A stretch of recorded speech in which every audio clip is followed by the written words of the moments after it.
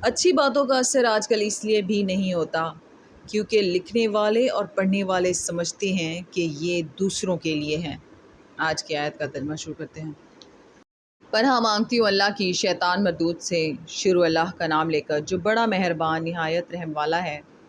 اور ناپاک بات کی مثال ناپاک درخت کی سی ہے، نہ جڑ مستحکم نہ شاخ بلند، زمین کے اوپر ہی سے کھیڑ کر پھینک دیا جائے، اس کو ذرا بھی قرار و ثبات نہیں۔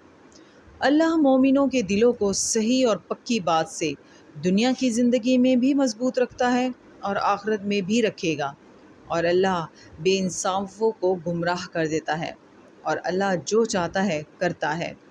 کیا تم نے ان لوگوں کو نہیں دیکھا جنہوں نے اللہ کے احسان کو ناشکری سے بدل دیا اور اپنی قوم کو تباہی کے گھر میں اتارا؟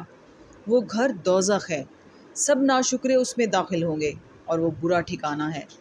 اور ان لوگوں نے اللہ کے شریک مقرر کیے کہ لوگوں کو اس کے رستے سے گمراہ کریں۔ کہہ دو کہ چند روز فائدے اٹھا لو، آخر کار تم کو دوزخ کی طرف لوٹ کر جانا ہے۔ صدق اللہ العظیم۔